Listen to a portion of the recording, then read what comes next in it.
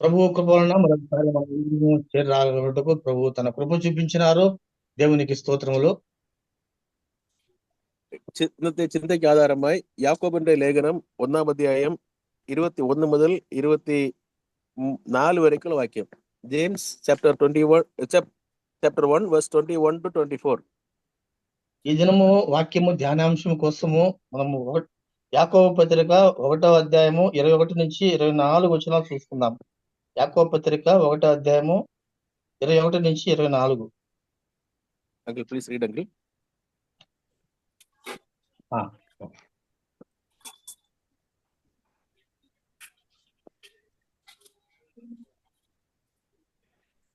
అందుచేత సమస్త కల్మషమును విరవిగుచున్న దుష్టత్వమును మాని లోపల నాటబడి మీ ఆత్మలను రక్షించుటకు శక్తిగల వాక్యమును సాత్వికముతో అంగీకరించుడి.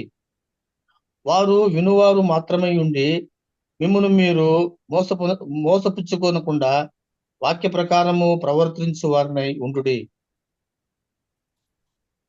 ఎవడైనానో వాక్యమును వినువాడినై ఉండి దాని ప్రకారము ప్రవర్తింపని వాడైతే వాడు అద్దములో తన సహజ ముఖమును చూచుకొను మనుషుని పోలి ఉన్నాడు. వాడు తన్ను చూచుకొని అవతలికి పోయి తానిట్టివాడో వెంటనే మర్చిపోవును కదా.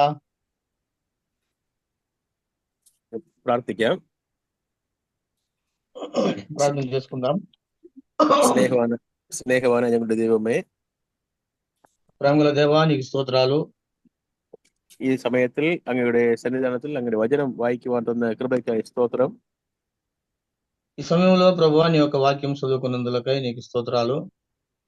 ഇതിന്റെ సత్యంగా മനസ്സിലാക്കുവാൻ సహాയിക്കണം. నేటి దినముల ఒక వాక్యంలో ఉన్నటువంటి సత్యాంశమును తెలియచేయాలని నిన్ను జ్ఞాపకం చేసుకుంటున్నాం. വന്നിരിക്കുന്ന ഏവർക്കും പ്രയോജനമായിരിക്കുവാൻ സഹായിക്കണം. వచ్చిన ప్రతి బిడ్డలకు ప్రభువా సహాయకరంగా ఉన్నట్లుగా సహాయం చేయమని యేసుక్రీస్తువిന്റെ నామത്തിൽ കേൾക്കുന്ന പിതാവേ, ఆమేൻ. యేసు ప్రభు నామమున ప్రార్థించుకుంటున్నాను తండ్రి, ఆమేన్. യാക്കോബ് എഴുതിയ ഈ ലേഖനത്തിൽ, ഈ ബുക്കിൽ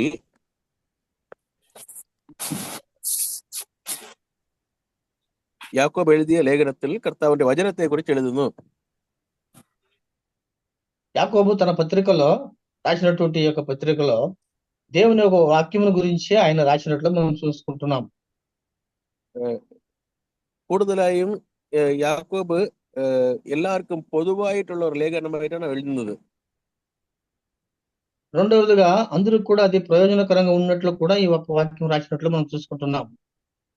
അതുകൊണ്ട് നിറയെ കാര്യങ്ങളെ യാക്കോബിന്റെ ലേഖനത്തിൽ യാക്കോബ് എഴുതിക്കൊണ്ടേ വരുന്നു.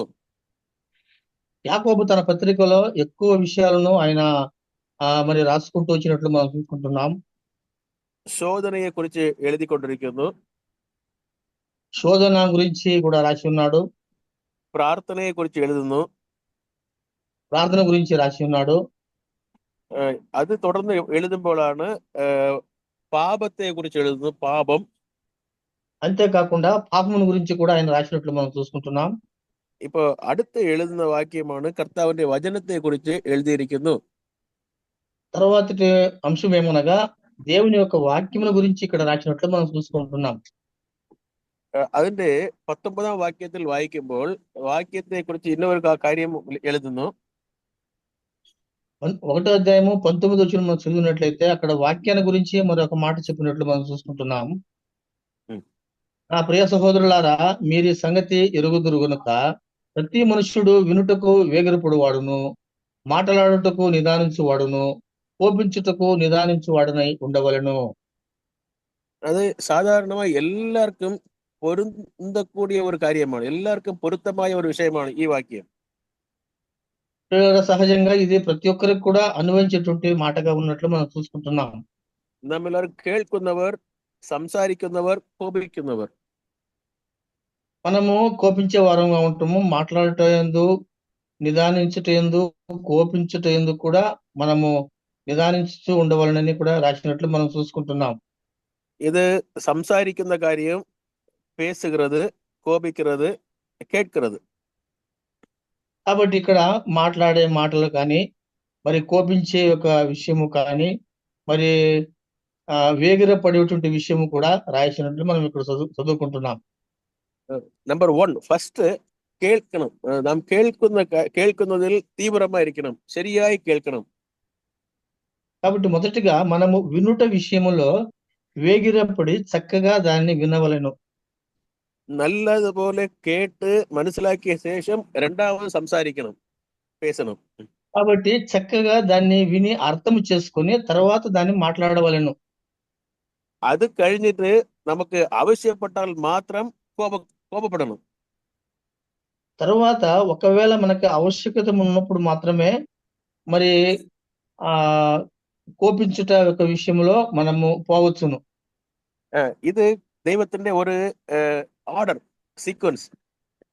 1 ఇది 2 దేవుని 3. యొక్క ఆజ్ఞ ఉన్నది. ചില സമയം നാം ഇതിനെ മാറ്റി ചെയ്യും. നാം ശരിയായി കേൾക്കുകയില്ല, പെട്ടെന്ന് കോപിക്കും. కానీ కొన్ని సందర్భంలో మనము దీనికి విరుద్ధంగా నడుచుకుంటాము. మనము సరిగా వినము కానీ మరి తక్షణమే కోపపడే వారుగా ఉంటాము.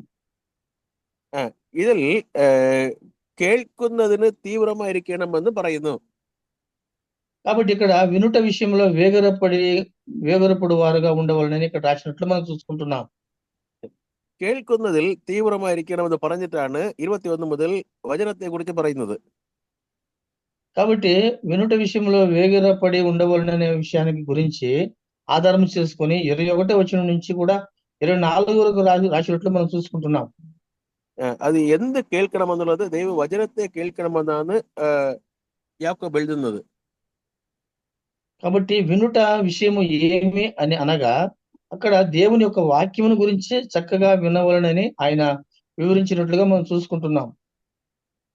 ഇതിന്റെ 23ാം വാക്യത്തിൽ വചനത്തിനെ കണ്ണാടിക്ക് സാദൃശ്യമായി പറഞ്ഞിരിക്കുന്നു.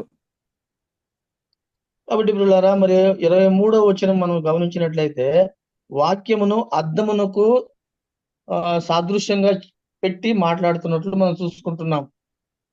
ഒരു കണ്ണാടി അത് ഒരു മനുഷ്യന്റെ മുഖത്തെ കാണിക്കുന്നു. ఒక అద్దము మనిషి యొక్క ప్రతిబింబాన్ని చూపించుతూ ఉన్నది. ചില കണ്ണാടി നമ്മുടെ പിറകെ വരുന്ന കാര്യങ്ങളെ കാണിക്കും. വണ്ടിയിൽ ഉപയോഗിക്കുന്ന കണ്ണാടികളെല്ലാം നമ്മുടെ പിന്നാലെ വരുന്ന കാര്യങ്ങളെ കാണിക്കും. మనము బండిలో వెళ్ళేటప్పుడు మన ఎదుట ఉన్నటువంటి ఒక అద్దంలో మనం చూసినట్లయితే వెనకల ఏమి జరుగుతున్నావో వెనక ఏ యొక్క బండిలు పోతున్నాయో అవి మనకు కనిపిస్తుంటాయి. ചില കണ്ണാടി നമ്മുടെ മുമ്പിൽ ഉള്ളതെ കാണിക്കും. కాబట్టి కొన్ని అద్దములు మనం ముందుట ఏమున్నవని తెలుసుకున్నట్టు కూడా అవి పని చేస్తూ ఉంటాయి. ഇന്നും ചില കണ്ണാടികൾ ചെറിയ സാധനങ്ങളെ വലുതാക്കി കാണിക്കും. కాబట్టి కొన్ని అద్దములు చిన్న వస్తువులను పెద్ద వస్తువులుగా కనిపించినట్లుగా చేస్తాయి. വേറെ ചില കണ്ണാടികൾ വലിയ വസ്തുക്കളെ ചെറുതായി കാണിക്കും. ఇంకా కొన్ని అద్దములు పెద్ద వస్తువును మనకి చిన్న వస్తువుగా కనిపించినట్లుగా చేస్తాయి. ഇവിടെ യാക്കോബ് പറയുന്നു കർത്താവിന്റെ വചനം ഒരു കണ്ണാടി എന്ന് പറയുന്നു. ఇక్కడ యాకోబు తన పత్రికలు రాసుకుంటున్నాడు వాక్యము అనేది ఒక అద్దములాగా ఉన్నదని. യഥാർത്ഥത്തിൽ വചനം ഒരു കണ്ണാടി തന്നെ. కాబట్టి ఈ యొక్క వాక్యము అద్దములాగా ఉన్నదని మనం చూసుకుంటున్నాం.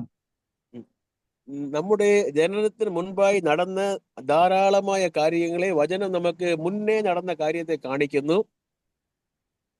మనము మనుషుల ఎదుట మనము ఏ విధంగా యథార్థంగా మనం నడుచుకున్నామని మన ముందు విషయాలు ఈ ఒక వాక్యము మనకి ప్రత్యక్షపరుస్తుంది. ആദാമിനെ നമ്മൾ കണ്ടിട്ടില്ല, അബ്രഹാമിനെ കണ്ടിട്ടില്ല, ഈസഹാക്കിനെ കണ്ടിട്ടില്ല. അവരുടെ ജീവിതങ്ങളെല്ലാം എങ്ങനെയായിരുന്നു എന്നുള്ള കഴിഞ്ഞ നാളുകളുടെ കാര്യങ്ങളെ കാണിക്കുന്നു. కాబట్టి ఆదాము కానీ అబ్రహాము కానీ ఇలాంటి యొక్క భక్తుల యొక్క విషయములో మనము వాళ్ళని చూడలేదు కానీ వారి యొక్క భక్తుల యొక్క జీవితాన్ని ఎలాగున్నదో మనకి వాక్యము తెలియపరుస్తుంది. അടുത്ത് നമ്മെ കാണിക്കുന്നു, നമ്മുടെ കുറവുകളെ കർത്താവിന്റെ വചനം നാം വായിക്കുമ്പോൾ അത് നമുക്ക് ശരിക്കും പോയി കാണിക്കുന്നു. కాబట్టి మనలో ఉన్న బలహీనతలు వాక్యానుసారంగా ప్రభు మనకు చూపిస్తూ ఉంటాడు. ചില കാര്യങ്ങൾ ഇനി വരുവാനുള്ള വണ്ടിയിൽ പോകുമ്പോൾ പിറകെ വരുന്ന കാര്യങ്ങളെ കാണിക്കുന്നത് പോലെ ഇനി വരുവാനുള്ള കാര്യങ്ങളെ കർത്താവിന്റെ వచనం പറയുന്നു. మనం ఏ విధంగా బండిలో వెళ్ళేటప్పుడు వెనకటి విషయాలు మనకి ఇంకా ఏమి ఇంకా జరగలేదో అవి జరగనై ఉన్న విషయాలను కూడా ఇది తెలియజేస్తూ ఉంటాయి. ഓരോ കാര്യങ്ങളായി നടന്നുകൊണ്ടേ കർത്താവ് നടക്കും എന്ന് പറഞ്ഞ കാര്യങ്ങൾ ഓരോന്നായി നടന്നുകൊണ്ടേയിരിക്കുന്നു. അതെല്ലാം കർത്താവിന്റെ വചനത്തിൽ പറഞ്ഞ കാര്യമാണ്. కాబట్టి ఒక్కొక్క కార్యము ఏమైతే జరగనై ఉన్నవో అవన్నీ కూడా దేవుని వాక్యానుసారంగా మనకు తెలియపరుస్తూ ఉంటాయి. ഒരിക്കൽ കർത്താവ് മత్తയി സുവിശേഷം 5-ാം അധ്യായത്തിൽ പറഞ്ഞു, വാനമും ഭൂമിയും മാറിപ്പോയാലും എന്റെ വാക്കുകൾക്ക് മാറ്റം ഉണ്ടാകുകയില്ല എന്ന് പറഞ്ഞു. మత్తయి సువార్త 5వ అధ్యాయం మనం చదువుకుంటున్నాము. ఆకాశము భూమి గతించినను నా మాటలు ఎన్నటికును మారవు అని. ఒక సున్నైనా గాని పొర్లైనా కూడా తప్పిపోదని అక్కడ ప్రభు చెప్పినట్లు మనం చూసుకుంటున్నాం. കർത്താവിന്റെ വചനം അത്രയ്ക്കും നാം വിശ്വസിക്കുവാൻ യോഗ്യമായ വചനമാകുന്നു. మరి యొక్క దేవుని యొక్క దేవుని వాక్యము నమ్మదగినయు మరి అది అంగీకారముకు యోగ్యంగా ఉన్నట్లుగా మనం చూసుకుంటున్నాం. വചനത്തിന് മറ്റും പല പേരുകൾ കൊടുക്കപ്പെട്ടിട്ടുള്ളത് വചനത്തിൽ കാണുന്നു. ఈ యొక్క వాక్యమునకు పలు మాటలు లేకుంటే పలు విధమైనటువంటి అర్థాలు ఇక్కడ చెప్పబడినట్లు మనం చూసుకుంటున్నాం. എബ്രായ ലേഖനം 4-ാം അധ്യായം 12-ാം വാക്യത്തിൽ హెబ్రీయులకు రాసిన పత్రిక 4వ అధ్యాయము 12వ వచనంలో మనం గమనించినట్లయితే ഇരുവായ് തലയുള്ള പട്ടയം എന്ന് നമ്മുടെ വായിക്കുന്നു. అక్కడ రెండంచుల దేవుని వాక్యము రెండంచులు గల ఖడ్గముగా ఉన్నట్లు మనం చూసుకుంటున్నాం. മാത്രമല്ല യെരമ്യാവ് 23-ന്റെ 29-ാം വാക്യം വായിക്കുമ്പോൾ యిర్మీయా గ్రంథము 23వ అధ్యాయము 29వ వచనం మనం గమనించినట్లయితే അവിടെ രണ്ട് കാര്യങ്ങൾ പറയുന്നുണ്ട്. കർത്താവിന്റെ വചനം തീ പോലെയും പാറയെ തകർക്കുന്ന ചമ്മട്ടി പോലെയും എന്ന് പറയുന്നു, ചുറ്റികൾ പോലെ. అక్కడ యిర్మీయా గ్రంథము 23వ అధ్యాయం 29వ వచనంలో నా మాట అగ్ని ఉంటిది కాదా, బండను పగలగొట్టు సుత్తి లాంటిది కాదా అని రాసినట్టు మనం చూసుకుంటున్నాం. കർത്താവിന്റെ വചനം ഒന്ന് അത് ഇരുവായ് തലയുള്ള പട്ടയത്തെ പോലെ ഇരിക്കുന്നു, ചമ്മട്ടി പോലെ ഇരിക്കുന്നു, അഗ്നി പോലെ ഇരിക്കുന്നു. కాబట్టి దేవుని వాక్యము మరి అది అగ్ని వంటిదిగా దేవుని వాక్యం ఉంటుంది. రెండవదిగా అది బండను పగలగొట్టు సుత్తిలాగా ఉంటుందని అక్కడ రాయబడినట్లు మనం చూసుకుంటున్నాం.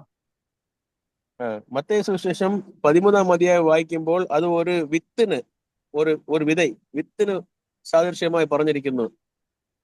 మత్తయి సువార్త 13వ వచనం చూసినట్లయితే అది ఒక విత్తనములకు పోల్చి చెప్పినట్లు మనం చూసుకుంటున్నాం. വചനം ഒരിക്കൽ ഒരു വ്യക്തി കേട്ടാൽ അത് അവന്റെ ഹൃദയത്തിൽ പ്രവർത്തിച്ചു കൊണ്ടേയിരിക്കും. ഒരു ദിവസം അതിൽ നിന്നൊരു ഫലം, ഒരു വിത്തിൽ നിന്ന് ഒരു ചെടി വരുന്നത് പോലെ, മരം വരുന്നത് പോലെ അവന്റെ ജീവിതത്തിൽ ഫലം വരും. ఏ విధంగా ఒక విత్తనము ఒక స్థలములో పడితే అది మొలక ఎత్తి అది బాగా ఫలించి చెట్టు వలె ఉంటుందో, అదే విధంగా దేవుని వాక్యము ఎవని హృదయంలో అయితే పడుతుందో అది కూడా పెద్దదయ్యి పెరిగి ఫలం ఫలించేదాగా ఉంటుంది. മാത്രമല്ല സങ്കീർത്തനം 19-ന്റെ 10-ാം വാക്യം വായിക്കുമ്പോൾ మనము కీర్తనలో 19వ అధ్యాయము 10వ వచనంలో గమనించినట్లయితే അത് തേനിനെ സാദൃശ്യമായി പറഞ്ഞിരിക്കുന്നു. అది తేనె కంటియు జుంటెదార తేనె కంటియు మధురమైనట్లుగా మనం చూసుకుంటున్నాం. നാം വചനത്തെ വായിക്കുന്തോറും നമുക്ക് ഇന്നും വായിക്കണമെന്നുള്ള ഒരു പ്രേരണ നമുക്കുണ്ടാകും. നിർത്തുവാൻ മനസ്സ് വരികയില്ല. ഒരു തേൻ ഉള്ള പലഹാരത്തെ കഴിക്കുമ്പോൾ ഇന്നും കഴിക്കണമെന്ന താല്പര്യം വരുന്നത് പോലെ തേനിനെ പോലെ രുചിയുള്ളതായിരിക്കുന്നു കർത്താവിന്റെ వచనం. అవును ప్రియులారా, మరి తేనెను ఏ విధంగా మనం దాన్ని అనుభవిస్తుంటూ దాన్ని రుచి చూస్తూ ఉంటే ఇంకా కొంచెం తినవలనని ఏ విధంగా అనిపిస్తుందో, అదే విధంగా దేవుని వాక్యమును భుజించుట లేకుంటే దాన్ని ధ్యానించుట అదే విధంగా అదే అనుభవానికి మనల్ని తీసుకువెళ్తుంది ప్రియులారా. ഇന്ന് ഒരു കാര്യം കൂടെ 119-ാം സങ്കീർത്തനം 119 105-ാം വാക്യം 119 105 119వ కీర్తన 105వ వచనం మనం చూసినట్లయితే അവിടെ അത് വെളിച്ചത്തിന് സാദൃശ്യമായി പറഞ്ഞിരിക്കുന്നു. ఇక్కడ దేవుని వాక్యం ఇక్కడ వెలుగుకు సాదృశ్యంగా ఉన్నట్లు చెప్పబడినది. അപ്പൊ കർത്താവിന്റെ വചനം ഇത്ര ശ്രേഷ്ഠമായ ഒരു വചനമാകുന്നു. కాబట్టి ప్రియులారా, దేవుని యొక్క వాక్యం ఎంత శ్రేష్టమైనదని మనకి ఈ వాక్యం గురించి మనకు తెలుస్తుంది. വചനം യാക്കോബ് പറയുന്നു അതൊരു കണ്ണാടി. యాకోబు చెప్పినట్లుగా దేవుని వాక్యము ఒక అద్దములాగా ఉన్నది. കണ്ണാടി ഇരിക്കുന്നത് കൊണ്ട് പ്രയോജനമില്ല, അത് നോക്കുന്നത് കൊണ്ടും പ്രയോജനമില്ല. അത് നോക്കി നമ്മുടെ കുറവുകളെ ശരിപ്പെടുത്തിയാൽ അതുകൊണ്ട് നമുക്ക് പ്രയോജനമുണ്ടാകും. అద్దాన్ని ఊరికినే పారవేస్తే ప్రయోజనం లేదు, కానీ దాన్ని ఉపయోగించి చూసుకుంటే మన యొక్క ప్రతిబింబము ఏ విధంగా ఉన్నది, మనం ఎట్లా అనేది స్పష్టంగా అది చూపిస్తుంది. అదే നമ്മുടെ విధంగా దేవుని వాక్యం కూడా ప్రియులారా, దేవుని వాక్యపు వెలుగులో కూడా మన జీవితాలు ఎట్లా ఉన్నాయని స్పష్టంగా మనకు దేవుడు బయలుపరుస్తాడు. കണ്ണാടിയിൽ നമ്മുടെ മുഖത്തെ നോക്കുമ്പോൾ നമ്മുടെ കുറവുകളെ കണ്ട് ശരിപ്പെടുത്തിയാൽ മറ്റുള്ളവർ നമ്മെ കുറ്റപ്പെടുത്തുകയില്ല, കുറ്റം വിധിക്കുകയില്ല. అవును ప్రియులారా, అద్దంలో మనం ముఖము చూసుకున్నప్పుడు మన ముఖంలో ఉన్నటువంటి ఏదన్నా కొంచెము ఆ ఆ, అసహ్యమైనటువంటి విషయాలు ముఖంలో ఏమన్నా మనకు కనిపిస్తే అక్కడ ఎక్కడ సరి చేసుకోవాలనో ముఖంలో అవన్నీ సరి చేసుకున్నప్పుడు ఎదుటివాడు మనల్ని గురించి ఏది కూడా మనలో దోషము కనిపించదు వాడికి. നമ്മെക്കുറിച്ച് മറ്റുള്ളവർ കുറ്റം പറയുമ്പോൾ നമുക്ക് സങ്കടം ഉണ്ടാകും. നമ്മെക്കുറിച്ച് കുറ്റമൊന്നും പറഞ്ഞെങ്കിൽ നമുക്ക് സന്തോഷമുണ്ടാകും. కాబట్టి పిల్లలారా, ఈ విధంగా మనం చూసుకున్నట్లయితే మరొకరు మనల్ని గురించి వారు విరోధంగా మాట్లాడుటకు అవకాశం ఉండదని కూడా మనం చూసుకుంటున్నాం. കർത്താവിന്റെ വചനത്തെ വചനമായ കണ്ണാടിയെ വായിക്കുന്നത് മാത്രമല്ല, 22-ാം വാക്യം യാക്കോബ് 1:22. యాకోబు పత్రిక 1:22 మనం చదువుకుంటే അവിടെ വചനത്തെ കേൾക്കുന്നവരായി മാത്രമല്ല അപ്രകാരം ചെയ്യുന്നവരായി ഇരിക്കണം. ఇక్కడ మనం ఎట్లా చదువుకుంటాం, మీరు వినువారు మాత్రమై ఉండి మిమ్మల్ని మీరు మోసపుచ్చు కొనకుండా ఉండవలనని ఇక్కడ రాసినట్లు మనం చూసుకుంటున్నాం. യേശുക്രിസ്തുവിന്റെ പ്രസംഗത്തെ ജനങ്ങൾ എല്ലാവരും കേട്ടു, പക്ഷെ എല്ലാവരും അതുപോലെ ചെയ്തില്ല. కాబట్టి యేసు ప్రభు యొక్క బోధనలు అనేక విన్నారు, కానీ ఆ విధంగా ఎవరు కూడా చేసేకి ముందుకు రాలేదు. ഒരു ചിലർ മാത്രം, ചിലർ കർത്താവിനെ പരിഹസിച്ചു, ചിലർ കർത്താവ് പറഞ്ഞ വാക്കുകളെ അത് ഒരു കാര്യമായി കരുതിയില്ല, തള്ളിക്കളഞ്ഞു. ഒരു ചിലർ കർത്താവിന്റെ വചനത്തെ അതുപോലെ കൈക്കൊണ്ടു. కొంతమంది ప్రభు యొక్క బోధనలు విన్నటువంటి వారు, కొంతమంది ఆ యొక్క మాటలను విన్నారు, కొంతమంది మాత్రము ఆయన బోధనలను తిరస్కరించినట్లు కూడా మనం చూసుకుంటున్నాం. അതുകൊണ്ട് യാക്കോബ് പറയുന്നു, കർത്താവിന്റെ വചനത്തെ കേൾക്കുന്നത് മാത്രമല്ല അത് പ്രകാരം ചെയ്യുക. కాబట్టి వాక్యం ఇక్కడ యాకోబు చెబుతున్నటువంటి మాట ప్రకారము, వాక్యము వినేవారుగా మీరు ఉండకుండా ఆ వాక్య ప్రకారము ప్రవర్తించు వారిని ఉండుడి అని చెప్పినట్లు మనం చూసుకుంటున్నాం. നെഹെമ്യ 8-ാം അധ്യായം, നെഹെമ്യ ചാപ്റ്റർ 8 അവിടെ വായിക്കുമ്പോൾ കർത്താവിന്റെ വചനത്തെ വായിച്ചതിന്റെ കാര്യങ്ങളെ അവിടെ കാണുന്നു. యెహెమ్యా గ్రంథము 8వ అధ్యాయంలో దేవుని వాక్యము మాట్లాడినట్లు మనం చూసుకుంటున్నాం. ജനങ്ങൾ എല്ലാവരും കൂടി വരുമ്പോൾ ന്യായപ്രമാണ പുസ്തകം കൊണ്ടുവരുവാൻ എസ്രായുടെ അടുക്കൽ പറഞ്ഞു. എസ്ര അതുപോലെ കൊണ്ടുവന്നു. നെഹെമ്യ 8 chapter 1. ఇశ్రాయేలు జనులందరికీ కూడా ధర్మశాస్త్రాన్ని తీసుకురమ్మని చెప్పినప్పుడు ఆ యొక్క ధర్మశాస్త్రము తేబడినట్లుగా మనము నెహెమ్యా గ్రంథం 8వ అధ్యాయంలో మనం చదువుకుంటాం. അങ്ങനെ കൊണ്ടുവന്ന് വായിക്കുമ്പോൾ രാവിലെ മുതൽ ഉച്ചയ്ക്ക് വരയ്ക്കും, ആഫ്റ്റർനൂൺ വരയ്ക്കും കർത്താവിന്റെ വചനം വായിച്ചുകൊണ്ടേയിരുന്നു. పిల్లరా, ఈ విధంగా ధర్మశాస్త్రం తేబడినప్పుడు ఉదయం మొదలుకొని సాయంకాలం వరకు ధర్మశాస్త్రము అది మరి చదువుబడుతూ ఉన్నట్లుగా మనం చదువుకుంటాం. നെഹെമ്യ ചാപ്റ്റർ 8 verse 3, 3-ാം വാക്യത്തിന്റെ ലാസ്റ്റ് ഭാഗം, ഒടുവിലത്തെ ഭാഗം വായിക്കുമ്പോൾ സകല ജനങ്ങളും ന്യായപ്രമാണ പുസ്തകത്തിന് ശ്രദ്ധിച്ചു കേട്ടു. నెహెమ్యా గ్రంథము 8వ అధ్యాయము 3వ వచనం, తెలుగులో 2వ వచనం ఉంది. ఆ యాజకుడైన యజ్రా 7వ మాసమున మొదటి దినమున చదువుబడు దాన్ని గ్రహింపగల శక్తి గల స్త్రీ పురుషులను కలిసిన సమాజం అంతటి ఎదుటను ఆ ధర్మశాస్త్ర గ్రంథమును తీసుకుని వచ్చి నీటి గుమ్మం ఎదుటనున్న మైదానములో ఉదయం మొదలుకొని మధ్యాహ్నం వరకు నిలుచున్న ఆ స్త్రీలు పురుషులు తెలివితో వినగల వాళ్ళందరికీ కూడా చదివి వినిపించుచు వచ్చాను. എല്ലാരും അതിനെ നല്ലതുപോലെ ഗൗനമായി കേട്ടു. తర్వాత ఆ జనులందరూ ధర్మశాస్త్ర గ్రంథమును శ్రద్ధతో వినినట్లు చూస్తున్నాం అక్కడ. അങ്ങനെ വായിച്ചപ്പോൾ എല്ലാവരും ചേർന്ന് 5-ാം വാക്യം 8 chapter 5 എല്ലാവരും എഴുന്നു നിന്നു വായിക്കുന്നു. కాబట్టి 5వ అధ్యాయం ఇట్లా చదువుకుంటే ఎజ్రా అందరికంటే ఎత్తుగా నిలబడి జనులందరూ చూసినట్లుగా గ్రంథము విప్పగానే జనులందరూ నిలబడిరి అని మనం ఇక్కడ చూసుకుంటున్నాం. ഭയഭക്തിയോട് കൂടെ കർത്താവിന്റെ വചനത്തെ ജനങ്ങൾ എല്ലാവരും ശ്രദ്ധയോടെ കേൾക്കുന്നതേ നാം കാണുന്നു. అంతేకాదు ప్రియులారా, అక్కడ స్త్రీ పురుషులందరూ కూడా చాలా శ్రద్ధా భక్తులతో దేవుని వాక్యమును వినుచు ఉండిరి అని మనం చూసుకుంటున్నాం. വായിക്കുമ്പോൾ അതിന്റെ 8-ാം വാക്യം വായിക്കുമ്പോൾ എല്ലാവരും കേട്ട് നല്ലതുപോലെ മനസ്സിലാക്കി. మనం 8వ అధ్యాయం 8వ వచనం మనం గమనించినట్లయితే, ఇటువలనే వారు దేవుని గ్రంథమును స్పష్టముగా చదివి వినిపించి జనులు బాగుగా గ్రహించినట్లు దానికి అర్థము చెప్పిరి అని చూసుకుంటున్నాం. അത് ഒരു നാൾ മാത്രം വായിച്ചതല്ല. 13-ാം വാക്യം വായിക്കുമ്പോൾ അടുത്ത ദിവസവും രാവിലെ വന്ന് വീണ്ടും കർത്താവിന്റെ വചനം వాయిക്കണം కేൾക്കണം എന്നുള്ള తాల్పర్యముള്ളవరాయి వారు ఇరిക്കുന്നു. పిల్లరా, అది మొదటి దినం మాత్రమే చదవబడలేదు, కానీ 2వ దినం ముందు జనులందరి పెద్దలలో ప్రధానులైన వారును యాజకులను లేవీయులను ధర్మశాస్త్ర గ్రంథమును మాటలు వినవలనని శాస్త్రి అయిన ఎజ్రా యుద్ధకు కూడి వచ్చిరని కూడా చూసుకుంటున్నాం. 13-ാം വാക്യത്തിൽ അടുത്ത ദിവസവും വായിക്കുവാൻ കൂടി വന്നപ്പോൾ ആ ന്യായപ്രമാണ പുസ്തകം വായിച്ചപ്പോൾ അതിന്റെ 14-ാം വാക്യത്തിൽ എല്ലാവരും കൂടാരങ്ങളിൽ പാർക്കണമെന്നുള്ള കാര്യം അവിടെ എഴുതിയിരിക്കുന്നത് കണ്ടു. 14-ാം വാക്യത്തിൽ എല്ലാവരും കൂടാരത്തിൽ അവർ ఆఘోషించడం എന്നുള്ള కాര്യം కండు. ప్రియులారా, మొదటి దినమున మాత్రమే కాదు, కానీ 2వ దినమును కూడా ఆ యొక్క ధర్మశాస్త్రమును అది ధర్మశాస్త్రమును చదివిన తర్వాత ఇక్కడ గూడారములు యెహోవా మోషేకు దయచేసిన గ్రంథములలో చూడగా 7వ మాసము ఉత్సవ కాలం ముందు ఇశ్రాయేలులో పర్ణశాలలో నివాసము చేయవలనని రాయబడి ఉండుట కనుగొనెను. ഇത് അവർ കണ്ടു. ഫസ്റ്റ് വായിച്ചപ്പോൾ കേട്ടപ്പോൾ അടുത്ത ദിവസം വന്ന് വായിച്ചപ്പോൾ അവർക്ക് ഒരു കാര്യം ചെയ്യണമെന്നുള്ള കാര്യം മനസ്സിലായി. അടുത്തിപ്പോ അവർ എന്ത് ചെയ്യുന്നു? അതിന്റെ 16-ാം വാക്യം ഒടുവിൽ വായിക്കുമ്പോൾ അവർ അതുപോലെ వాయించదుപോലെ അവർ గూడారంగళే పణిదు അവിടെ తామసిచ్చు.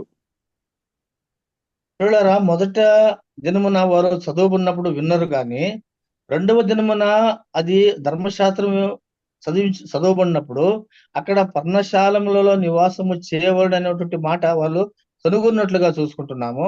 16వ వచనమును గమనించినట్లయితే ఆ ప్రకారమే జనులు పోయి కొమ్మలను తెచ్చి జనులందరూ తమ తమ ఇండ్ల మీదను తమ లోగిళ్లలోను దేవుని మందిరపు ఆవరణంలోను నీటి గుమ్మముల వీధులలోను ఎఫ్రామీయుల గుమ్మముల వీధులను పర్ణశాలలో కట్టుకొనిరి అని చూస్తున్నాం. അതിന്റെ 17-ാം വാക്യത്തിൽ വായിക്കുമ്പോൾ അതിൽ ഒരു വാക്ക് നാം കാണുന്നു: യോശുവയുടെ നാൾകൾ മുതൽ ఇశ్రాయేల్ చెయ్యాదిరున్నది ഇപ്പോൾ ചെയ്തു. కాబట్టి ఇక్కడ 17వ వచనం గమనించినట్లయితే, కుమారుడైన మరియు చెరసాల నుండి తిరిగి వచ్చిన వారి సమూహమును పర్ణశాలలో కట్టుకొని వాటిలో కూర్చుండిరి. నూను కుమారుడైన యెహోషువ దినములు మొదలుకొని అది వరకు ఇశ్రాయేలు అలాగున చేసి ఉండలేదు అని చూస్తుంటున్నాం ప్రియులారా. അപ്പൊ വചനം വായിക്കുമ്പോഴും കേൾക്കുമ്പോഴും മാത്രമേ നാം എന്ത് ചെയ്തു എന്ത് ചെയ്തില്ല എന്ന് മനസ്സിലാക്കുവാൻ സാധിക്കും. అవును ప్రియులారా, వాక్యము విన్నప్పుడు తర్వాత రెండవదిగా దాన్ని గ్రహించుకున్నప్పుడు లేక కనుగొన్నప్పుడు నేను ఏ విషయములో మేము చేయుట లేదు, ఏ విషయాలు మేము చేయవలను అని దేవుని దృష్టిలో ఏ ఉన్నదని కనుగొని వారు చేయగలుగుటకు మరి అవకాశమైనట్లు మనం చూసుకుంటున్నాం. ഇതിന് മുന്നേ ചെയ്യാത്ത കാര്യം ആദ്യം ചെയ്ത കാര്യം പിന്നെ ചെയ്തില്ല. మోషేയുടെ నాളിൽ ചെയ്തു, యోషువ నాളിൽ ചെയ്തില്ല. కాబట్టి ఇప్పుడు మోషే ఉన్న కాలంలో కొన్ని కార్యములు జరగబడినవి, యెహోషువ కాలంలో అవి జరగలేదు, ఆగినట్లు మనం చూసుకుంటున్నాం. അതിനെ കണ്ടുപിടിച്ച് മനസ്സിലാക്കി ചെയ്തു. ഇപ്പോൾ വലിയ സന്തോഷം എല്ലാവർക്കും ഉണ്ടായി. కాబట్టి ఇప్పుడు ఏ కార్యములు చేయలేదో వాళ్ళు ఇప్పుడు చేసినప్పుడు వాళ్ళందరూ కూడా మిగుల సంతోషమైనట్లు మనం చూసుకుంటున్నాం. ദൈവ മക്കളായ നാമും യാക്കോബ് പറയുന്നത് പോലെ വചനത്തെ കേൾക്കുന്നവരായി മാത്രമല്ല അതിനെ അതുപോലെ ചെയ്യുന്നവരായും ഇരിക്കണം. ప్రియులారా, దేవుని బిడ్డలైన మనము కూడా యాకోబు గ్రంథంలో చెప్పినట్లుగా మనము కేవలము వినేవారము కాకుండా వాక్య ప్రకారము నడుచుకునే వారముగా ప్రవర్తించే వారై ఉండవాలని ప్రభు కోరుచున్నాడు. ప్రియులారా, കർത്താവായ യേശു ക്രിസ്തു മത്തയ്യു 7-ാം അധ്യായത്തിൽ 2 പേർ വീട് പണിതതിനെ കുറിച്ച് പറയുമ്പോൾ ഒരു മനുഷ്യൻ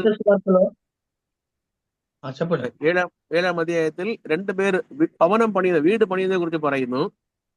അവിടെ ഒരു മനുഷ്യൻ ബുദ്ധിയുള്ള മനുഷ്യൻ, ഒരു മനുഷ്യൻ బుద్ధిയില്ലാത്ത మనుషులు എന്ന് പറയുന്നു. పిల్లరా, మత్తయి సువార్త 7వ అధ్యాయం చూస్తే అక్కడ ఇద్దరు ఇండ్లు కట్టుకున్నట్లు చూస్తున్నాడు. ఒకడు ఇసుక మీద, ఒకడు రాతి మీద ఇండ్లు కట్టినట్టు చూస్తున్నాడు. ఒకడు బుద్ధి గలవాడు, ఒకడు బుద్ధి లేని వాడుగా ఉన్నట్లు మనం గమనిస్తాం అక్కడ. അപ്പോൾ കർത്താവ് പറഞ്ഞ വാക്കുകളെ കേട്ട് അതുപോലെ ചെയ്തവൻ ബുദ്ധിയുള്ള മനുഷ്യൻ പാറയുടെ മുകളിൽ വീട് കെട്ടിയതെ പോലെ പറഞ്ഞു. കേട്ട് അതുപോലെ ചെയ്യാത്തവൻ മണ്ണിൽ മേൽ കെട്ടിയ మనుషునే പോലെ പറഞ്ഞു. ఎవడైతే దేవుని వాక్యము విని ఆ ప్రకారము ఎవడైతే జరిపించుకుంటూ జీవిస్తాడో వాడు బండ మీద తన ఇండ్లు కట్టిన బుద్ధివంతుని పోలి ఉంటాడు. ఎవడైతే దేవుని వాక్యము విని కూడా గ్రహించకుండా అవుటిని మరి కార్యరూపంలో సిద్ధికి తేకుండా ఎవడైతే తన ఇండ్లును కట్టుకుంటాడో వాడు ఇసుక మీద ఇండ్లు కట్టేటువంటి బుద్ధిహీనుడికి పోలి ఉన్నాడని అక్కడ చెప్పినట్లు మనం చూసుకుంటున్నాం. ప్రియులారా, നമ്മെ നാമെ പരിശോധിക്കാം. ഈ ഒരു വർഷം മുഴുവതും കർത്താവ് നിറയെ വാക്കുകൾ നമുക്ക് പറഞ്ഞു തന്നു. നാം കേട്ടതെല്ലാം അതുപോലെ ചെയ്തോ ഇല്ലെങ്കിൽ കുറയുള്ള കാര്യം ചെയ്യുവാൻ കർത്താവ് సహాയിക്കട്ടെ. అవును ప్రియులారా, మరి ప్రభు ఈ సంవత్సరం అంతా మనకి అనేక వాక్యాలను దేవుడు మనకి సహాయం చేసినాడు. మనం ఏమైతే వినగలమో ఆ వినే విషయాలన్నీ ప్రభు చెప్పినాడు. వినలేనటువంటి విషయాలు కూడా ప్రభు మరి ఫ్యూచర్ లో మరి భవిష్యత్తులో కూడా ప్రభు మనకి అందించలేనటువంటి దేవుడిగా ఉన్నాడు కనుక దేవుణ్ణి మనం స్తుతించదాము, ఘనపరచదాము. కర్తావు ఈ వచనங்களை అనుగ్రహించుమారాగట్టే. ఆమేన్. దేవుడు తన వాక్యం ఆశ్రయించును గాక. ఆమేన్.